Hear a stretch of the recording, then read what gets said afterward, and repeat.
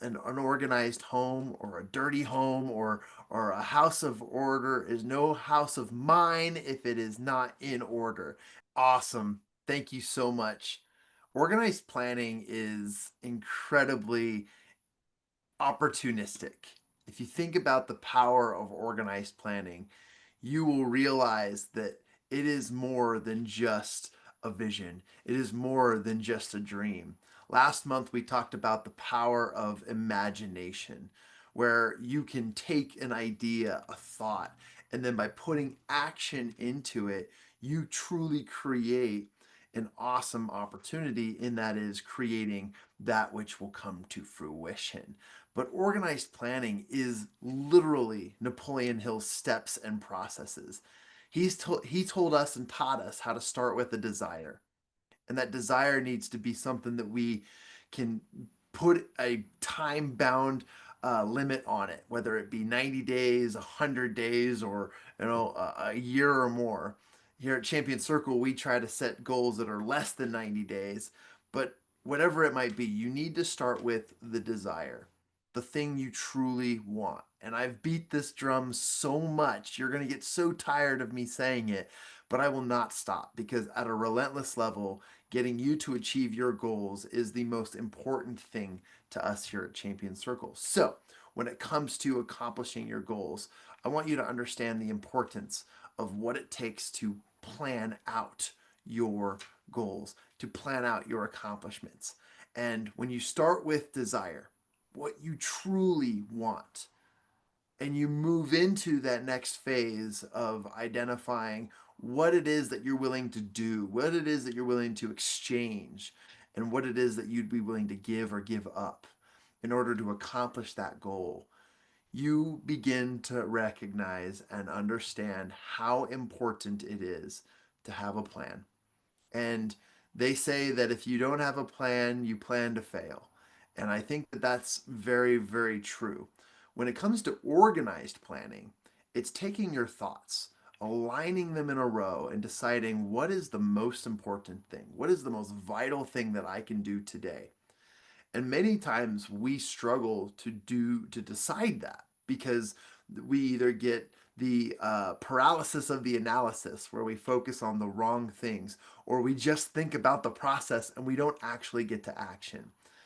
I come to you as somebody who has tested this so many times through and through. And with a little bit of ADHD, I've been able to overcome some uphill battles. But when it comes to actually focusing on the first step, it is the thing that you need to do. It just requires a little push.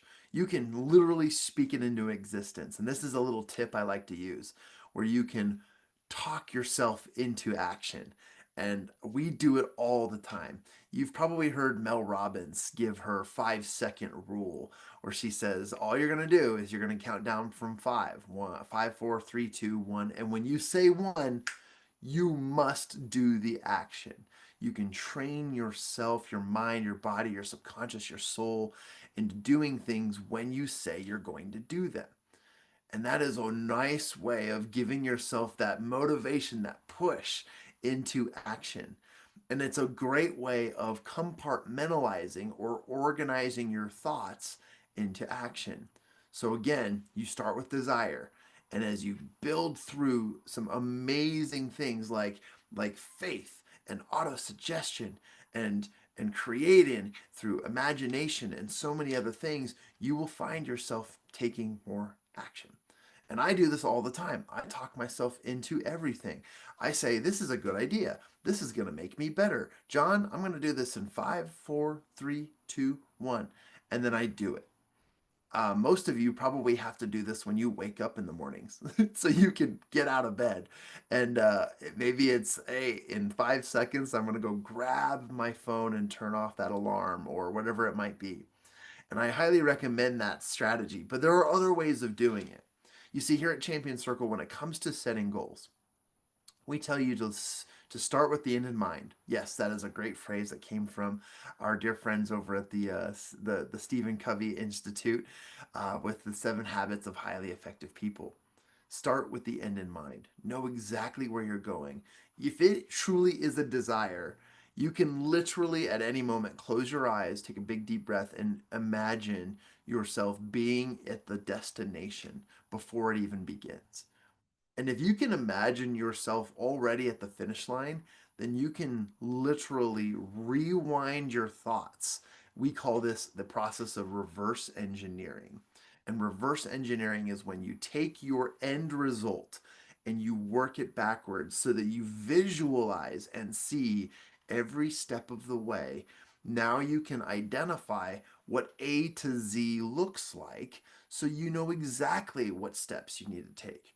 That's how you compartmentalize and program your mind to accomplish your planning and to set forth the foot of action. And that is a powerful, powerful tool in getting you where you want and need to go. So I feel like I'm teaching here, but I really want you to just grasp this idea that if you start with the end in mind, you compartmentalize or organize your thoughts into a process where you can truly see them step by step. Okay, you can do this through visualization techniques. You can do it through writing it down. You can do it through journaling. I am like a visual person, so I like using a whiteboard.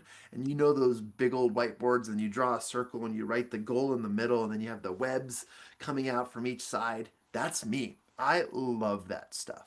And that works for me because then I can take all of those ideas and then below my web, I can start from one, two, three, four, or A to Z and make it so that I organize my thoughts into action.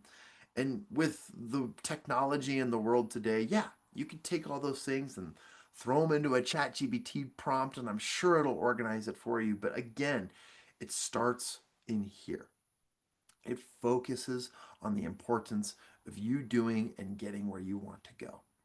All right, any goal that I set, I don't move on until I have the steps to accomplish it, and then I press action. And the reason why, and this kind of may contradict some of my previous speeches because I have talked about taking action before there's a complication and then learning on the go. And that is the entrepreneurial life. That is the way that we accomplish so much. And that's how you learn a lot too. But to counteract my contradiction to self, know that organized planning is the fastest and most effective way to say, hey, I may not have all the answers, but I have a plan. And that plan is an action plan. And now I'm ready to take action.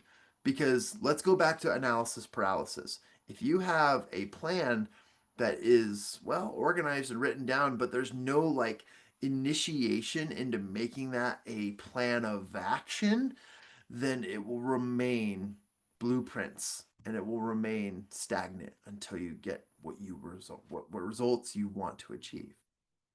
I've seen this happen so many times in my life. And I've found how multiple occurrences have come from me just saying it, writing it down, and accomplishing what I want to do each and every day. You can do this simply, very much so, by just writing down two or three tasks that you know you need to accomplish every single day. And then you don't continue on with the other pressing work that you have to accomplish until you've worked on those three things. You've probably heard this. It's so simple, and I can tell you from experience that these are truly beneficial processes. Our dear and beloved friend who is passed now, Bob Proctor, said that thoughts are things. And because they are truly the spells of the mind that are created into reality, we can accomplish so much by just thinking through the things that we'd like to accomplish. It's not called grow rich. It's called think and grow rich. I pause because it's important to know that you think first into reality everything that you want to accomplish. One of the greatest plans I ever set out was an accomplishment I created for myself. And that was to create an environment, a place where people can come and build relationships. And I started with this company called Amplified Minds. And to this day, it's still one of my most cherished memories and experiences because it was a introduction to building relationships that could fulfill a need in the world. And there was a great need in the gap of my personal market over in Salt Lake City. And we started putting on these networking events. But I said to myself, I'm not going to just do a networking event. I'm going to do it different. I want people to connect. So I started compartmentalizing and visualizing what elements of networking make me want to continue to go back or to build relationships that actually get results.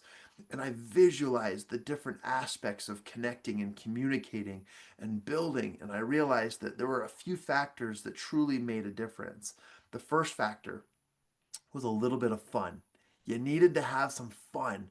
And fun could be like a game or a joke or a presentation or talking about someone else rather than yourself. And that fun led to a couple things. And on the scientific level, I got the I got the magnifying glass out and I was looking through and I put my lab coat on and I realized that fun also led to a couple things, which led to a higher heart rate. So I'm not here making professionals do jumping jacks and push-ups, but I am doing something that levels the heart rate up a little higher than it was leveled before. And that gets you into a space of action. Now, action after fun leads to trust. Trust comes from smiles and connectivity surrounded by other people and or organizations or systems or so forth. You'll see this in everything you first start. When you first download a new game or a new software or you get introduced to a new system or technology or you open up the manual to set up those Legos, you realize that okay, I need to learn how this function works, and then you start heading in that direction. So I did this. I visualized everything, and I come to find out that there are several aspects that lead to a transaction. And that transaction for me was fun, built on trust, built on connectivity and accountability. So, thus was born the Champion Circle Way through an Amplified Minds event where we found all of these elements and mushed them together and said, this is how we want to do it. It's not the way. The way doesn't exist, right? Here's my way. I know you've experienced your way and other ways. The way doesn't exist, but here is a way that created results. And you want to know what kind of results we created within just 9 months of this practice? We transacted or we helped facilitate an environment for success that ended up calculating more than $20 million worth of transactions. $20 million worth of trust, $20 million worth of relationships, and $20 million that went through the gaps that were missing in a market that we created. So, on top of it all, I just want to empower you to look at your plans, look at your goals, and tell yourself, hey, do I know what I'm doing? Do I have I visualized and written down and communicated into existence the step-by-step process? Have I organized my thoughts so that I can truly accomplish what I want to accomplish? I know it might be scripture, but there's a famous and very, very well known thought and quote, and that is, an unorganized home or a dirty home or a house of order is no house of mine if it is not in order. And I know I totally obliterated that quote, but I'm taking it from my context, and I'm just letting you know that what is a order and process and contextualized plan is the best and fastest way to accomplish what you want to accomplish. Have people accomplished without planning? Sure, absolutely. It happens. If you're a gambling person and you like the lottery and you like your chances at that billion dollar whatever it is, go for it. But I'm telling you, if you just take one small step, write it down, contextualize and visualize this outcome from A to Z, from 1 to 10, whatever it might be, you will be there so much faster. And you will have then kickstarted the the exponential growth process that comes from the applications of the Think and Grow Rich methodologies. And that's why we love this step. So in organized planning, I had the opportunity to co-author in a book called The 13 Steps to Riches on the subject of organized planning from one of the world's greatest visualizers. Her name is Marie Diamond. And Marie Diamond is one of the world's top feng shui coaches and artists.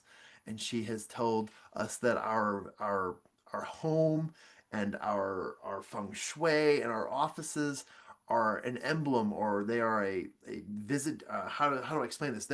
They're an example of our vision boards, and our thoughts, if not organized, are examples of where we're truly at in life. So if you take a look around the room you're in right now as you're watching this and you see clutter, messes, and unorganized matter, realize that that's an example of where you're at with your goals. Yes, you may have just left, things over the weekend and it's time to pick things up. But just remember that anything unorganized can slow you down.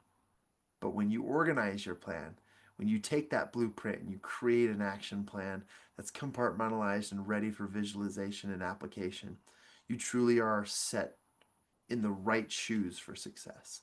And that's important to me because as a track athlete, as a professional, no matter what hat or shoe I am wearing that day, it is vital that I know that each step I take in those shoes, I'm making an organized, planned decision for success. So take this advice, take it with you, and tomorrow you will find yourself even closer than you were before to any one of your dreams. Start with the vision, start with the dream. Find a way, and you'll find yourself closer to that dream every single day, and you'll reach those destinations a lot faster.